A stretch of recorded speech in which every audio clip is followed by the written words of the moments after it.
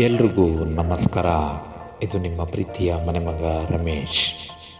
ನಮ್ಮೂರ ಗೌಡ್ರು ಭಾಗ 2, ಸಂಚಿಕೆ 2. ಈ ಸಂಚಿಕೆಯನ್ನು ಕೇಳುವ ಮೊದಲು ದಯಮಾಡಿ ಸಬ್ಸ್ಕ್ರೈಬ್ ಮಾಡ್ಕೊಳ್ಳಿ, ಶೇರ್ ಮಾಡಿ, ಲೈಕ್ ಮಾಡೋದನ್ನು ಮರಿಬೇಡಿ.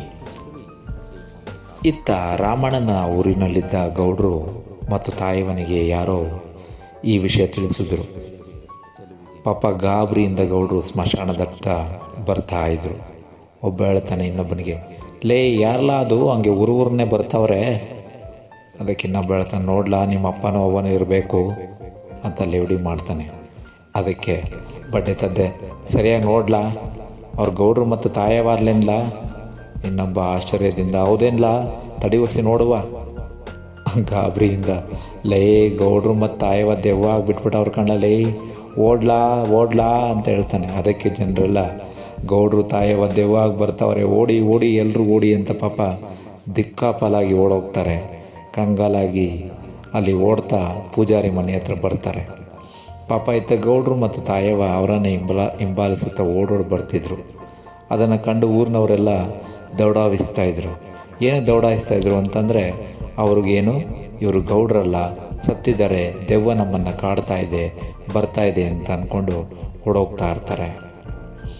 ಜನರೆಲ್ಲ, ಪೂಜಾರಪ್ಪ ಏನಾಯಿತು ಅಂತ ಪೂಜಾರಿ ಕೇಳಿದ್ಮೇಲೆ, ಅದೆಲ್ಲ ಆಮೇಲೆ ಬಾ, ಎಲ್ರಿಗೂ ಒಂದೊಂದು ತಾಯ್ತ ಕಟ್ಬಿಡು.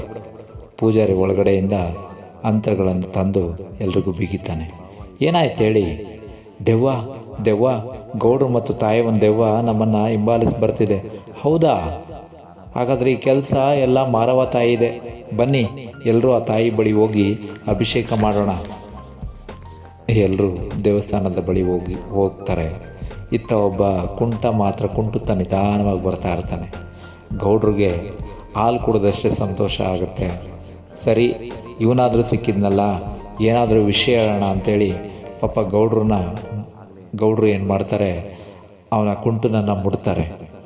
ಆ ಕುಂಟ ಪಾಪ ಏನೋ ಗೌಡ್ರು ದೆವ್ವನೇ ನನ್ನನ್ನು ಮುಟ್ಟಿದೆ ಅಂತ ಭಯಕ್ಕೆ ಅಲ್ಲೇ ಸತ್ತು ಬೀಳ್ತಾನೆ. ಅದಕ್ಕೆ ಗೌಡ್ರು ಗಾಬರಿಯಿಂದ, ಲೇ ತಾಯಿ ಏನು ಮಾಡೋದು ಇವಾಗ?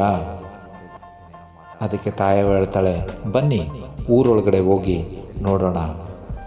ಗೌಡ್ರು ಕೋಪ ಬಂದು, ಸರಿ ಹುಚ್ಚು ಮುಂಡೆದಕ್ಕೆ ಹುಚ್ಚು ಬಿಡಿಸ್ತೀನಿ ಬಾ ಅಂಥೇಳಿ ಊರೊಳಗಡೆ ಬರ್ತಾರೆ. ನೋಡಿದ್ರೆ ಎಲ್ಲರ ಮನೆ ಬೀಗ ಆಗಿತ್ತು, ಒಂದು ನೊಣ ಕೂಡ ಇರೋದಿಲ್ಲ. ಅದನ್ನು ಕಂಡು ಆಶ್ಚರ್ಯದಿಂದ ಗೌಡ್ರು ತಮ್ಮ ಮನೆಗೆ ಹೋಗ್ತಾರೆ. ಮುಂದಿನ ಸಂಚಿಕೆಯಲ್ಲಿ ತಿಳಿದುಕೊಳ್ಳೋಣ. ಏನಾಯಿತು ಅನ್ನೋ ಕಾತುರ ನಿಮಗೂ ಇರಬೇಕಲ್ವ. ದಯಮಾಡಿ ಕೇಳ್ತಾ ಇರಿ, ಸಬ್ಸ್ಕ್ರೈಬ್ ಮಾಡಿಕೊಡಿ. ಧನ್ಯವಾದಗಳು.